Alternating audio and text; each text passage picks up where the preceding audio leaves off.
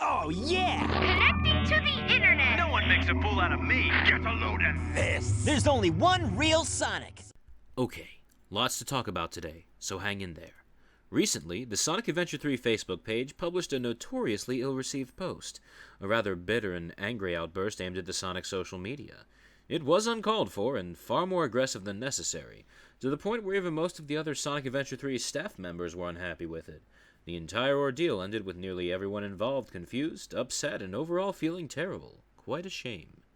So then, what is it about the Sonic social media just having fun, making little meme jokes, and making an otherwise straightforward PR movement a little goofier, that's causing more and more Sonic fans to grow frustrated and bitter about it?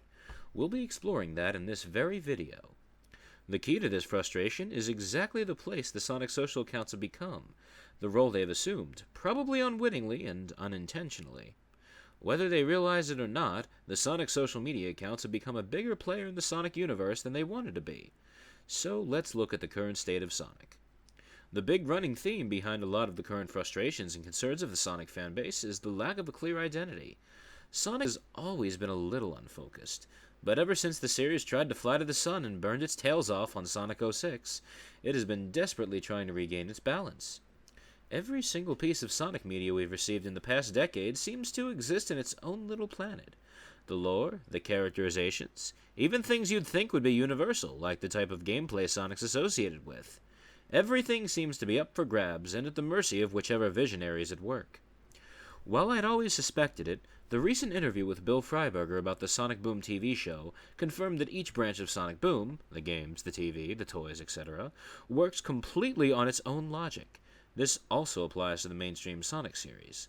Despite the TV show staff assisting with writing some aspects of the video games, Freiberger confirmed he wasn't too concerned about making the games faithful to the show. Frost's game and his TV show were different products, each with their own energy and logic. They felt it best to let the game be the game, and the show be the show, and let each work to its own strengths. Despite the fact that they're supposed to sell the same fantasy experience, represent the same universe, despite the fact that video games based on the TV show are usually praised for how faithfully they represent the show, if not expected to at least try. There's a reason Simpsons games keep bragging about the writers being on board, and that Matt Stone and Trey Parker being involved with the new South Park games is a big deal. Even if the game ends up being imperfect, people are willing to look past the expected flaws of a licensed game if it has enough charm to make it seem like a worthy, or in some cases even necessary, expansion or side story to the license they love. Even within the TV show, the lack of concern for consistency is ever present.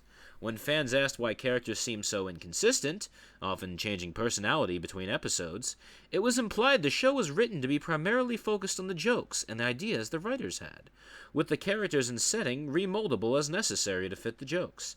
This makes the individual jokes in episodes funnier, at the cost of the show as a whole losing its structure and strength, and destroying any sense of identity the show could otherwise have. Sonic Boom is often considered to be a success because the merchandise is selling really well, but when I look at the merchandise, it seems to be selling an entirely different Sonic Boom than the TV show or video games are presenting to us, with the merchandise focusing on Shadow and Metal Sonic and cool skateboards and action. All elements used sparingly, if not despised and openly mocked in the rest of the Sonic Boom franchise. Each aspect of Boom seems to exist on its own little planet. Regardless of whether this improved the quality of each individual product, the consequence is that, on top of the classic and modern legacy, now even Boom Sonic is suffering identity crisis. On top of that, the Sonic fanbase that was already scattered and fighting against each other in factions is more scattered and confused than before as a result. Or consider Sonic Lost World if we're supposed to ignore Sonic Boom. Sonic Lost World has a fantastic concept at its core. Parkour, giving Sonic the powers to scale any wall and perform amazing feats. Fantastic, I love it. And then you play the game, and it's constantly distracted. Now you spend the whole level in a tunnel. You spend the level on auto run. Now you spend it as a snowball. Now by pushing apples. Now as this wisp, now as that wisp. Excuse me, where's the amazing parkour levels you promised me? Again, fantastic core idea, but it's like every level is designed to exist in its own little universe, until by the end, the game left no impression of identity on me other than just chaos and confusion. What are you? So, with every Sonic product on its own planet, or scattered across an entire galaxy in some cases, in the midst of this shapeless chaos, we're desperately looking for a core, for the beating heart of the Sonic franchise. What's the engine that makes Sonic run? Who's the brain who directs him? And what do we find in the middle of this chaos? The Sonic Twitter account. This is the one piece of media of Sonic that can't exist in its own world, the one that can't sit itself in the distant corner, put fingers in its ears, and ignore the rest. This is the one piece of Sonic media where everything comes together. This is the one piece of Sonic media where all incarnations of Sonic are supposed to be at home.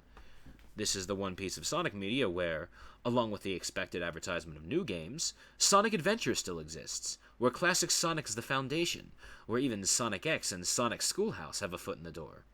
This is where Sonic is no longer held hostage by the whims of any individual visionary, but the central station where all Sonic fans come together to patiently wait for the train that brings us to the future.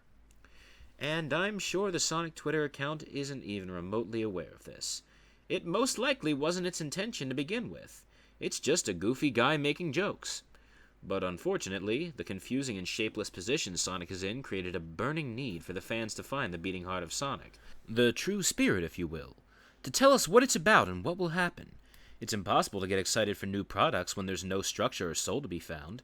We need an idea of what Sonic's essence is. I'm sure the Twitter account is unhappy with his position. It's just the messenger.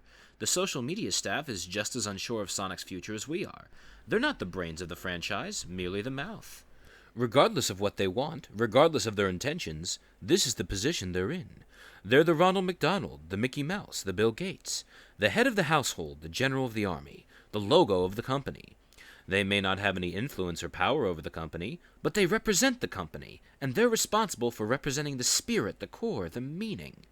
The Sonic fanbase is a war zone of many factions hating each other, distrusting each other, losing faith in Sega, fueled by confusion, bitterness, broken dreams, and somehow, one last sparkle of indestructible hope. And in the middle of this war zone, there's the Sonic Twitter account. Tragedy befalls the jesters by accident, because in the complete lack of any structure to bring peace to the factions, the Sonic Twitter account has found itself being the ambassador, the peacekeeper, the core of this battle, and the only one in a position to calm the troops down and get ready for the next adventure. And they have no idea. For all they know, they're just the clowns, the jesters juggling some balls to keep us entertained before the big news. I'm sorry, Sonic Twitter. The Sonic fanbase needs more than idle entertainment. It needs a purpose, a soul, a sense of belonging, of meaning, and we're all looking at you to present one. Who else can we look at? The next big game is hidden away, and very few of the angry Sonic factions are even in a mental state to have any faith for it. Why would we have faith after helplessly being dragged from one unfocused product to the next? We need to be reminded as to what Sonic is, what he stands for, and what we can expect from him before we ever have a healthy and welcoming attitude for the next adventure. Humor, so far, is the only consistent element in Sonic. From Colors on, the same sense of humor has prevailed, and humor is definitely part of the Sonic universe. Yes, it is a silly cartoon character in crazy adventures.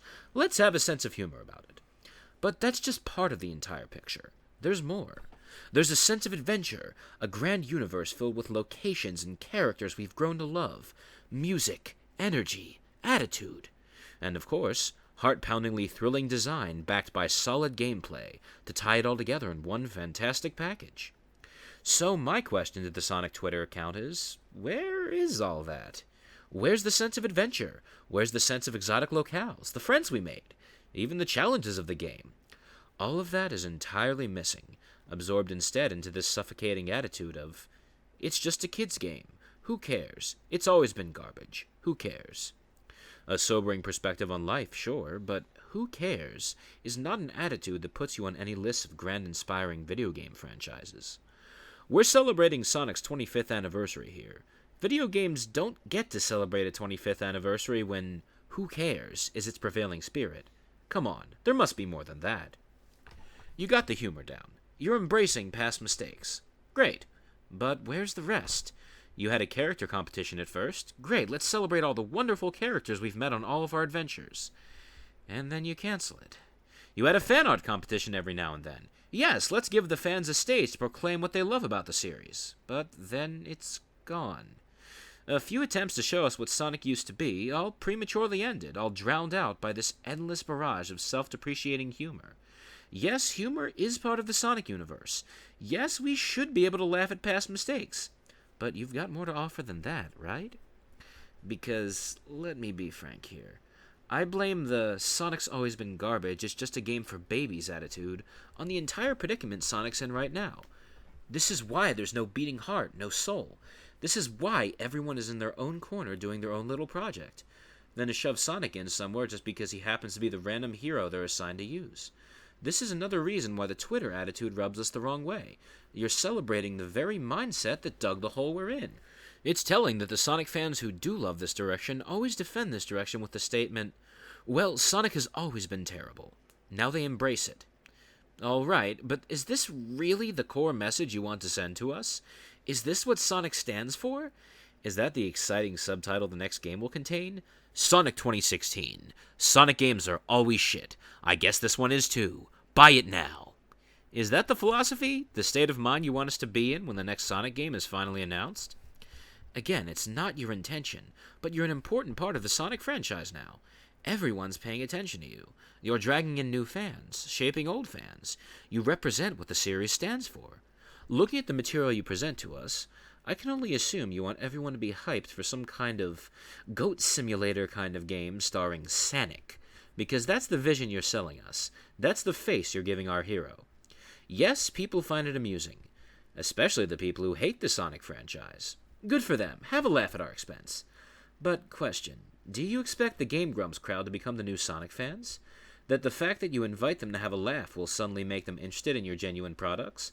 They're here to feel superior and have a laugh at our expense. They're not here to be your friend. I get it. I've been bullied my entire life, and siding with bullies is a great way to fight them. You called me fat and stupid? Then I'll welcome you with open arms, call you my friend to everyone who can hear me, and highly compliment you on your fantastic observational skills about my physical and mental deformation. Let everyone in the whole school know how much I love my new best buddy.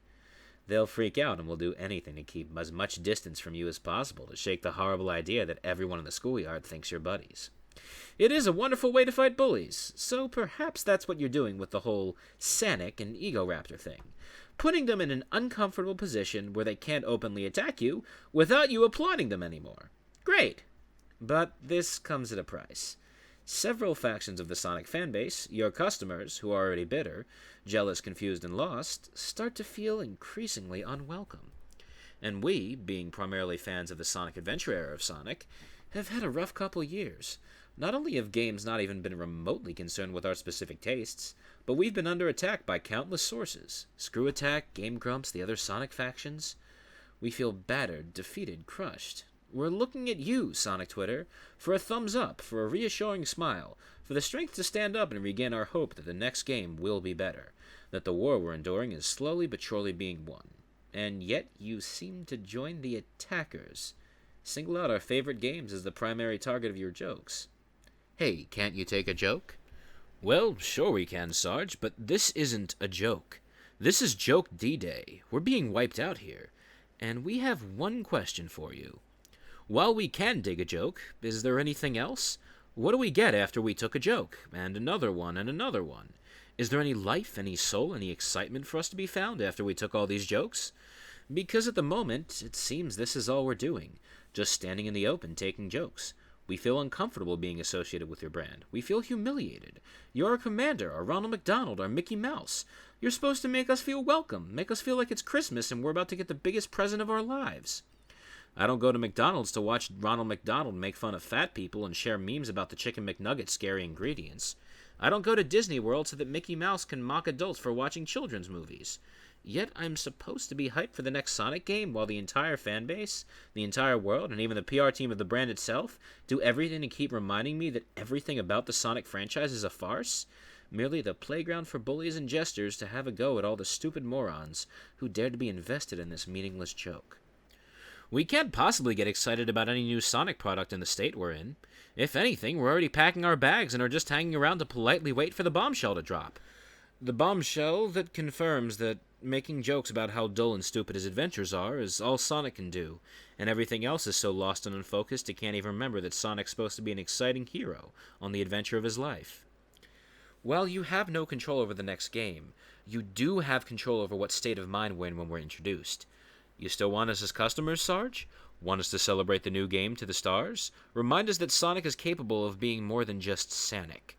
We don't need any edge or government conspiracies or machine guns. Just a friendly and genuine reminder that Sonic can still be a genuine hero, have genuine adventures in a genuine world. Remind us that the Sonic has always been terrible defense is meant as a promise to be better, and not a damnation for the future. Remind us why we're Sonic fans, because it's increasingly more difficult for us to answer that question. And if we really are unwelcome, if we really have become a stain on your product and no longer belong in your current vision, then yeah, I suppose it's time for us to get out of here. Don't worry, we already packed our bags. We're just waiting for the announcement for our train to leave the station.